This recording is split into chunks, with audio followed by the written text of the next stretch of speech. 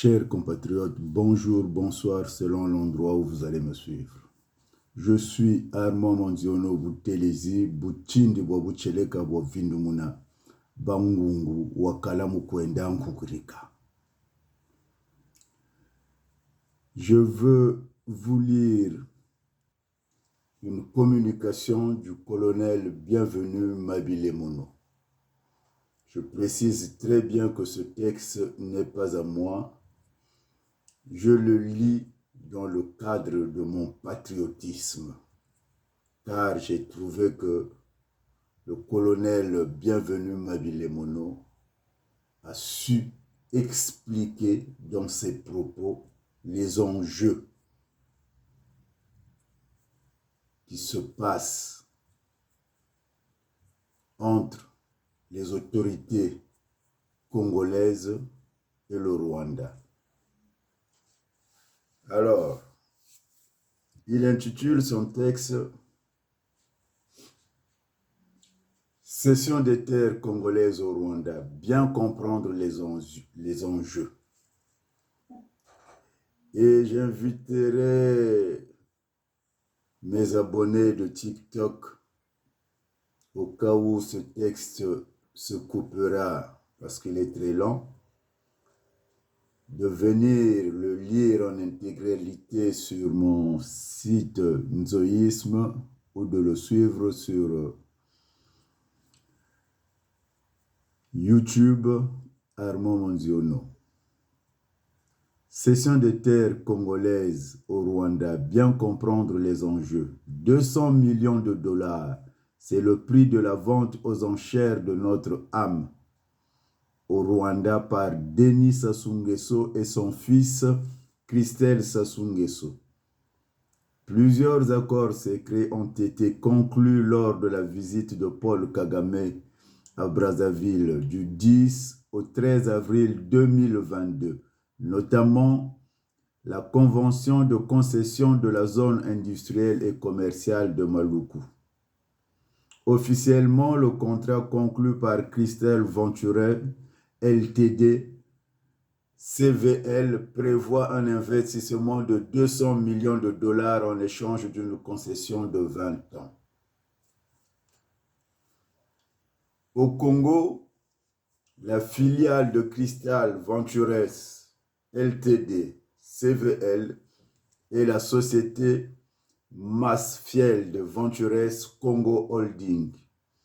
Sa directrice générale, Country Managing Director est Madame Yvonne Mouniligui, ancienne Senior Manager Corporate Affairs chez MTN Rwanda et grande espionne rompue aux techniques des écoutes téléphoniques et également chef de la branche congolaise des hirondelles rwandaises. Ces redoutables jolies filles Tutsi du service secret extérieur rwandais, spécialisée dans l'infiltration des appareils d'État.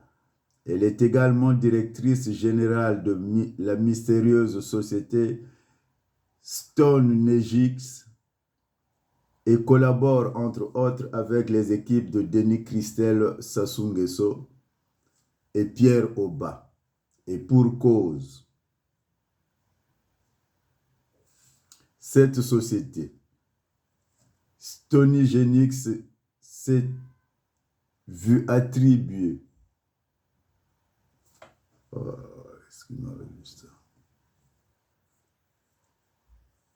cette société, Stone Genix, s'est vu attribuer plusieurs autorisations de prospection minière, notamment dans des concessions aurifères en août 2022 et plus récemment en juin 2023.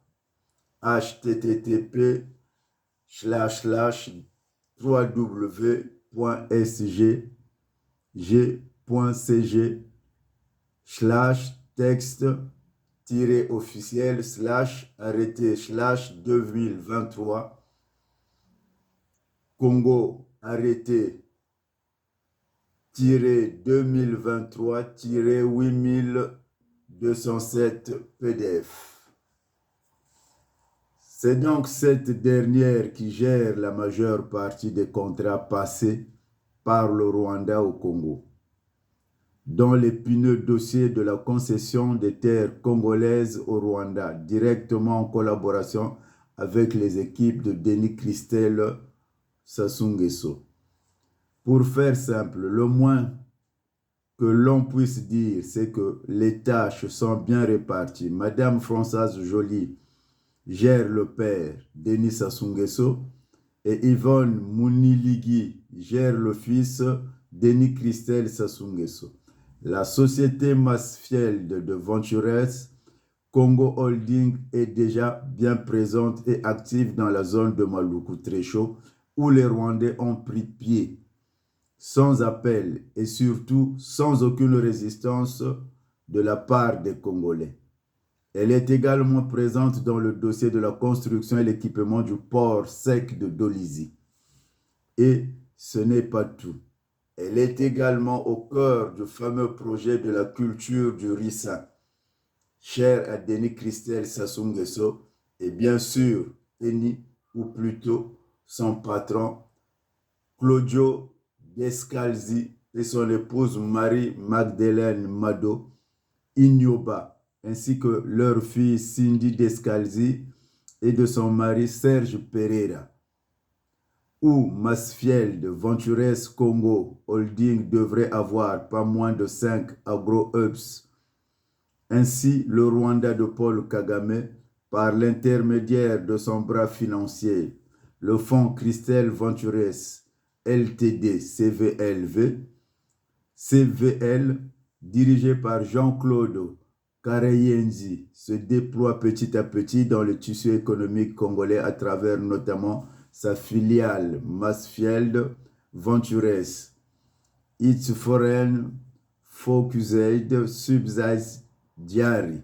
Masfield Ventures est dirigé par Elias Bayingana, qui a dirigé les opérations du fonds de 2016 à 2020. Comme d'autres cadres des deux entreprises, c'est un membre du FPR, Rwandan Patriotic Front, qui a notamment fait carrière au ministère des Finances où il a occupé les fonctions de directeur général du budget national. Mais ça, ce n'est que la partie émergée de l'iceberg qui cache une stratégie de pénétration très sournoise. Cette stratégie de pénétration avait commencé par l'exigence préalable de l'exemption de visa d'entrée au Congo pour les ressortissants rwandais, faisant de facto du Congo un prolongement du territoire rwandais facilement accessible par la mise en place d'un pont aérien via des vols directs et réguliers de leur compagnie nationale rwandaise. Sous le prétexte fallacieux de faire de l'agriculture, se cache en réalité un plan diabolique d'infiltration et d'occupation progressive du territoire congolais qui passe par la cession de 980 km² de superficie pour une durée de 25 ans. Et 25 ans, c'est bien le temps.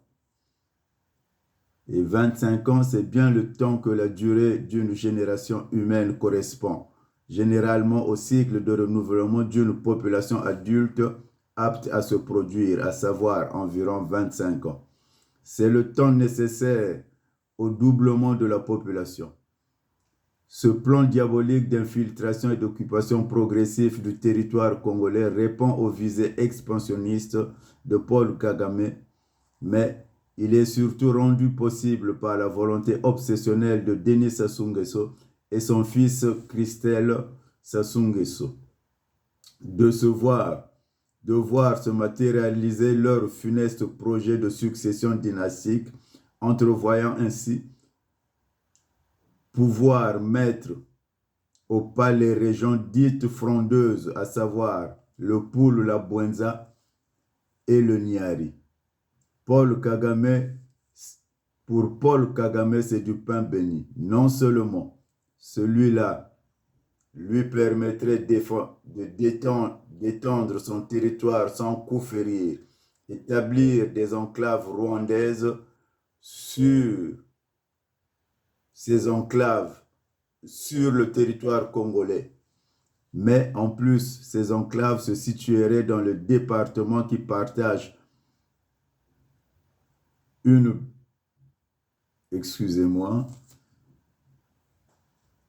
qui partage une frontière avec la République démocratique du Congo, calquée pour une grande partie sur le cours du fleuve Congo. Donc, emplacement idéal pour servir de base arrière à son armée. Pour Denis Sassou Nguesso et son fils Christelle Sassou Nguesso, le déploiement des militaires rwandais déguisés en agriculteurs dans le pôle permettrait de tenir en respect le révérend pasteur Ntumi et Sensi Loulou Zanzambi.